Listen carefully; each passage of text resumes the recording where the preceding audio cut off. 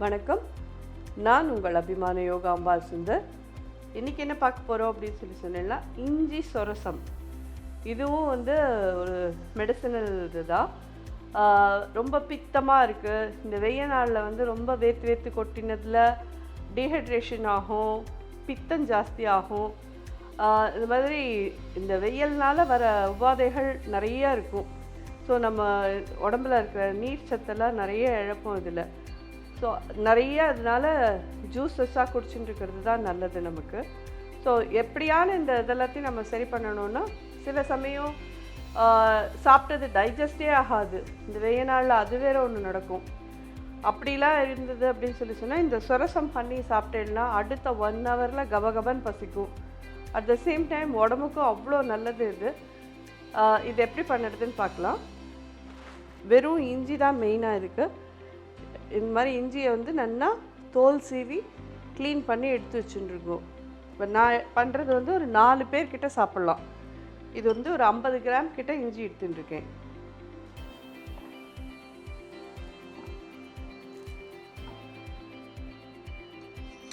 இதோடு கூட ஒரு 2 டீஸ்பூன் கொத்தமல்லி வர போடுங்க.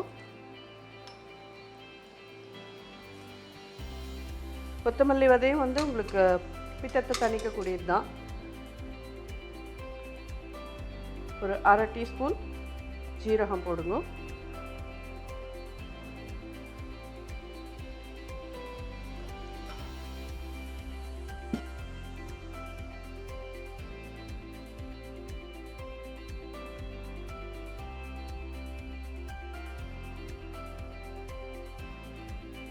ஒரு ட்ரிப் இதை வடிகட்டிடலாம். இப்போ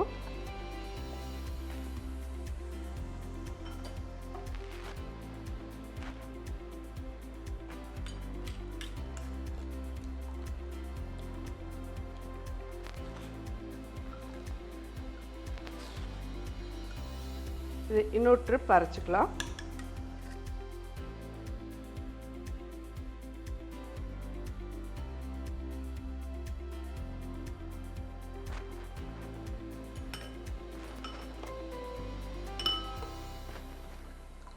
இதை ஏன் தனியாக அந்த மாதிரி வடிகட்டி எடுத்துட்டுருக்கேன்னு சொன்னீங்கன்னா, ஒரு 10 நிமிஷம் இதை வச்சேன்னா அடியில் வெள்ளையாக இஞ்சியோட ஒரு மாவு ஒன்று தங்கிக்கும். அது நம்மளோட உடம்புக்கு வேண்டாது. அதுக்குள்ளே நம்ம வெள்ளை சர்க்கரையை கரைச்சிப்போம். இது நல்ல காரமாக இருக்கும். உங்களுக்கு எந்த லெவல் காரம் தாங்க முடியுமோ அந்த லெவல் நீங்கள் இதை டைல்யூட் பண்ணிக்கலாம். ஃபஸ்ட்டு இதுக்கு வெள்ளை சர்க்கரை.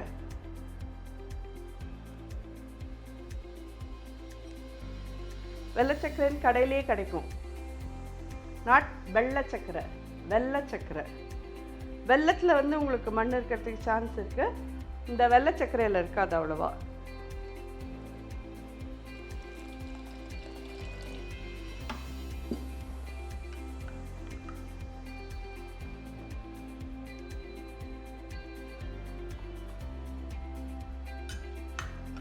எதுக்கும் நம்ம வடிகட்டிடலாம், நமக்கே சந்தேகம் இல்லையா?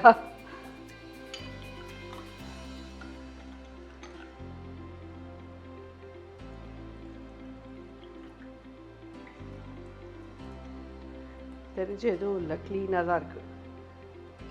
இதில் 2 பழம். இதில் வெள்ளை சர்க்கரை தான் போடணுமா அப்படின்னு கேட்க வேண்டாம். உங்களுக்கு வெள்ளை சர்க்கரை கிடைக்கல அப்படிங்கிறவா தேன் விட்டுக்கலாம். தேன் இல்லைன்றவா பனம் வெல்லம், பனை கல்கண்டு அது கூட யூஸ் பண்ணலாம். எதுவுமே எங்களுக்கு இல்லை, இதெல்லாம் வாங்க முடியாது அப்படின்னா சர்க்கரை வேணாலும் போட்டுக்கோங்க. சர்க்கரை இல்லையா, வெல்லத்தை இது மாதிரி நல்லா கரைச்சிட்டு குப்பையெல்லாம் இல்லாத அதை கூட நீங்கள் சேர்த்துக்கலாம். உங்கள் சௌகரியம், இதுக்கான ஸ்வீட் என்ன வேணுமோ நீங்கள் சேர்த்துக்கலாம். நீங்கள் எலுமிச்சை பழமும் அதே மாதிரி உங்களுக்கு எவ்வளோ வேணுமோ சாப்பிட்டு பார்த்துட்டு அதை டிசைட் பண்ணிக்கோங்க. இதில் ஆட் பண்ணலாம். தெரியுதா வெள்ளையா? இது நமக்கு வேண்டாம். இதுக்கோசரம் தான் இதை வெயிட் பண்ண சொன்னேன் நான்.